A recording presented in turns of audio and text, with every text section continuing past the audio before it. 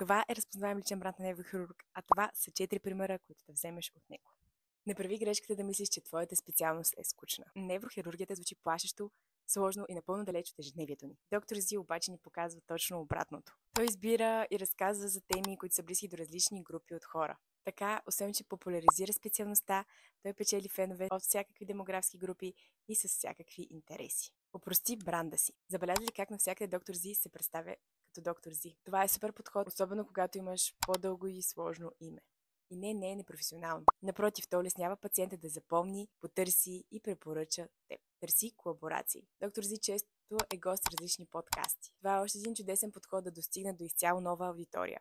Възползвай се от зададените в коментарите въпроси. Когато отговаряш на коментари, не само, че няма нужда да проучваш идеи за съдържание, но и показваш ангажираност, автентичност и грижа към аудиторията си. Аз съм Васи и ти помагам да изградиш разпознаваем личен бранд, който привлича правилните пациенти. Ако искаш твоята специалност да е сред следващите, напиши я в коментарите.